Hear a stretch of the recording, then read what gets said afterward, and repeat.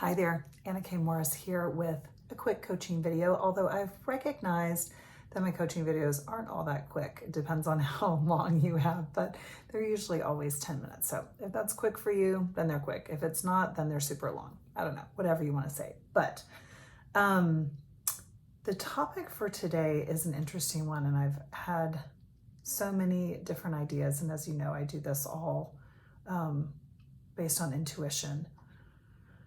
And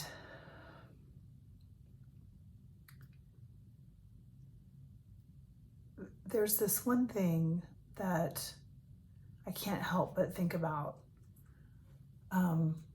right now. So it's Wednesday.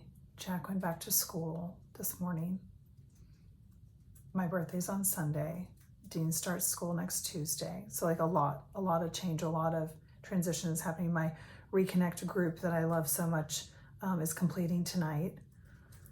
And I shot a video, a private coaching video for them that really was incredibly vulnerable. I feel like I'm gonna lose my voice even talking about it.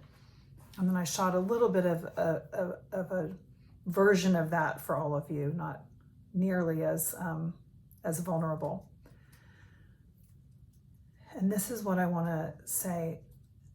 The thing that you think is your best quality may not be. So let me say more about that. If you watch my videos, you know that we've been working on a new website. I say we, it's Derek that's been doing the new website, and then I keep telling him that I don't like something and he keeps going back and fixing it. The universal we, right? And I'm getting ready to launch another Reconnect program at the end of September with a really big goal of having 100 people in it, and then creating a community with 1,000 people in it, and some really, really big goals. Not a 6-figure business, a 7-figure business. Let's go. Let's do the thing that I have been putting off for 15 years, which is being the coach that I know that I am. And in that, a dear friend of mine has been helping me. She's an incredible writer. Who knew? I had no idea she was a writer. And she's written a lot and sent it over to me. And she said 2 things about me that I don't know, that I thought the opposite was true about me. She said, your lack of polish, which is funny because at first I read Polish. I was like, I'm not Polish. Oh, yeah, I'm lacking Polish. No, she said, your lack of polish. And I was like, huh, that's so interesting, because my whole life, when I was before 30 was really when it all changed for me. I prided myself in my polish, in saying the right thing to the right people, wearing the right clothes, having the right job, having the right home. I prided myself on my polish. I survived and hung everything that I had on my ability to be polished.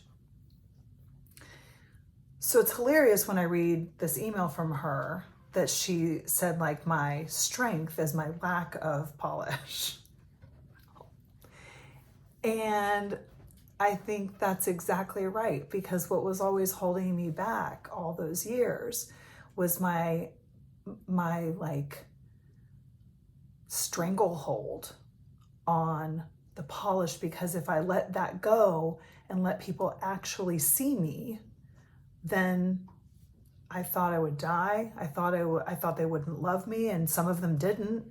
And those relationships had to move on, let's face it. I mean, it was messy. There were things along the way that were hard. But now to hear that A, I'm not polished, and B, it's my strength, is hilarious, actually. So I say that because we think that the thing that's our number one, that you have to have, that it's your, I don't even know, maybe this isn't even making sense. I hope this is making sense.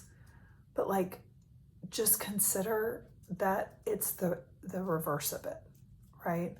So when I first started coaching, I was in a coaching program, and this woman looked at me, and I wish I had her number to reach out to her, because I've said this story many, many times. She said, you think your greatest strength is your strength, and your greatest strength is your vulnerability. And she said that to me 15 years ago. I think her name was Maria. And I don't think she was holding my face, but it was one of those moments where it felt like she was holding my face in her hands.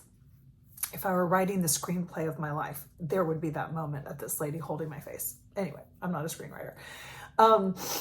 But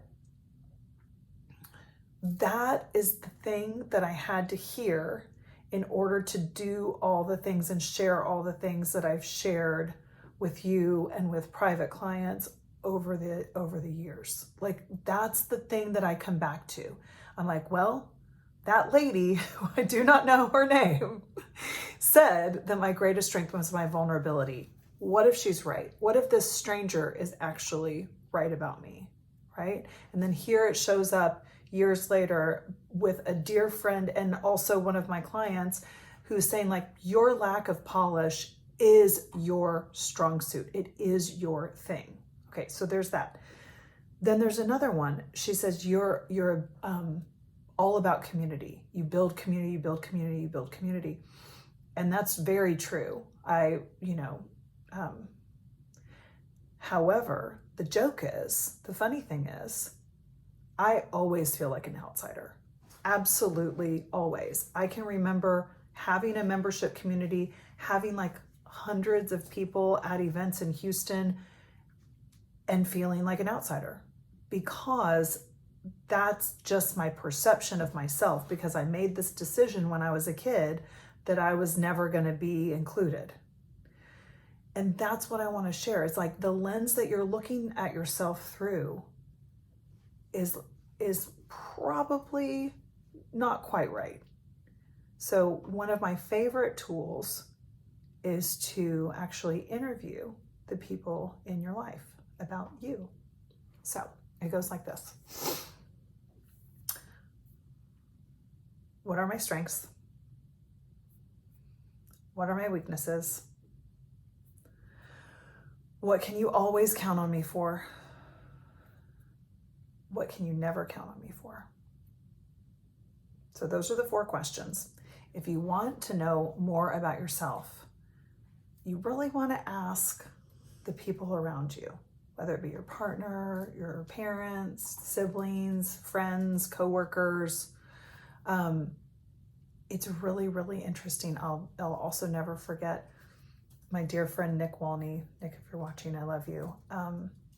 Said, when I interviewed him one time about myself, I said, what can you never count on me for?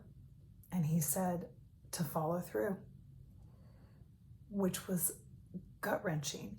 Except I'm just a person. I'm one of those entrepreneurs that has a lot of ideas all the time. I was always having ideas, always another business idea on the horizon. And until I met Derek, I didn't have the piece of the puzzle. I was always the dreamer, but I didn't have the executioner. If you've ever, I can't remember the guy's name, but it's called Rocket Fuel. It's a really great book about business ownership, and it's about like you have to have like the dreamer and you have to have the execution person. And it wasn't until I got together with Derek that I was like, okay, now I can have businesses, because like I can dream them up and Derek can bring them to fruition, which is how we have Happy Karma and how I have a coaching business now. So I don't need to beat myself up for the 15 years that I knew I wanted to be a coach, because I didn't have the pieces of the puzzle in place yet. And now I do. So I just want to offer that to you. It's a really fun way to get to know yourself better by interviewing the people around you. And also consider that what you think your strength is actually your vulnerability, is actually your lack of polish, is actually like, building something that like you didn't even know that you could be a part of. Like it's so fascinating being a person, being a human. And if you let yourself like get really curious and like detach from like morality or good or bad or it should be or it shouldn't be, and you just get curious, you can get a lot of freedom. And that's really what I think we all want, is just freedom. Okay, I love you. I'll be back tomorrow with probably not a quick video. Bye.